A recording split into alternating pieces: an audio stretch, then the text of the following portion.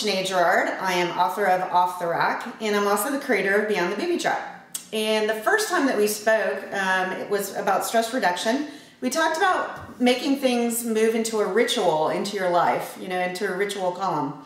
And we talked about the fact that things like brushing your teeth or making coffee, those are things that you don't even think about during the day. And that's great. So how can we make more things that we want to improve on in our life in that ritual column?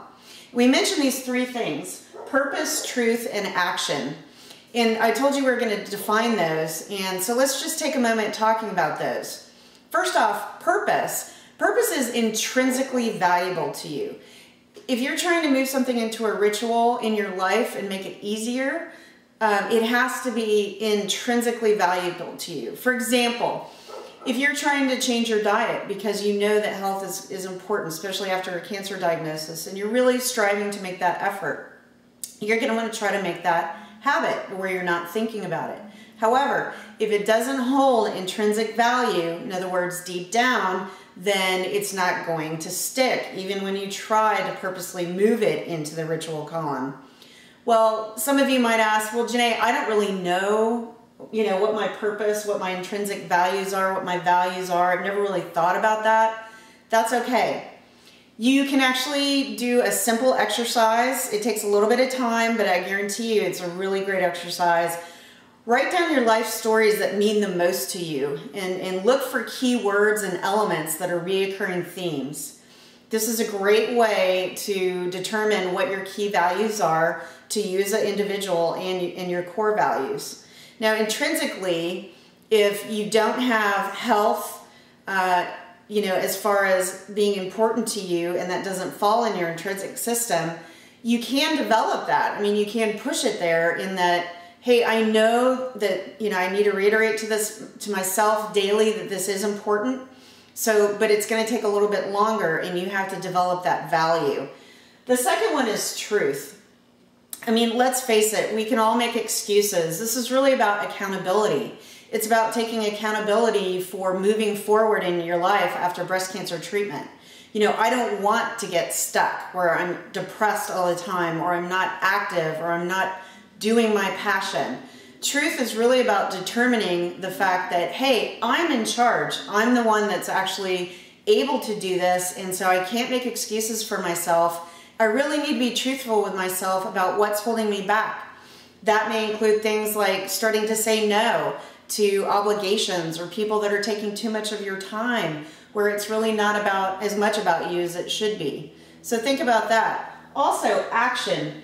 Action really is important. If you don't create goals and you don't start pushing forward, all of this will fail miserably. Also, if you're trying to create new rituals in your life, whether it be exercise, eating right, spending more time for yourself, making sure that you've created a wellness program for yourself to help you move forward. If you don't create an action plan, then it just crumbles. But here's a key to that. One of the problems with moving forward is that you can only do it in small increments, and that's okay. You need to think about the fact that you can't do all of this at once. And any of you are similar to me, which means you're type A. Sometimes type A's or people that are doers really try to push everything into that column and get it done quickly. That's really not the way to move forward.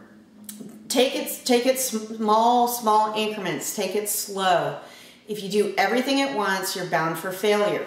If you remember in the first video, we talked about Mary. Mary talked about cutting calories. She talked about starting her exercise program and doing all of these things the first week when she was just starting to try to create her rituals. This was a bad idea. What happens is, over a short period of time, Mary will actually fail. And it's not because of what, she didn't have good intentions. It's because the fact that Mary had too much going on and it drained her willpower. We have a very limited amount of willpower. Remember that. And because of that, you can only use it in short increments until it becomes a ritual, until it's actually stuck. Well, how long does that take? Well, I'll tell you. The optimum is 90 days, but it's 60 days minimum to even get to a ritual status, but 90 days is optimal. So until you're actually there within either an exercise program or diet, take it small. Take little baby steps. And remember that our willpower is limited. And I just want to read something to you that I think is going to make a big difference in how you think about things. The philosopher and mythologist Joseph Campbell described the search for meaning and purpose as the hero's journey. The basic elements of the path, he argued, reoccur across cultures and throughout history. Self-transformation, Campbell said, is our greatest challenge as human beings. The hero's journey begins with something awakens us to the need for change. Illumination, discomfort, pain. Campbell described this as a call to adventure. Once we accept the call, he said, we push forward into the unknown. Along the way, we face doubt, uncertainty, fear, and hardship. Isn't that what it's all about here at Beyond the Booby Trap? Helping one another and pushing forward?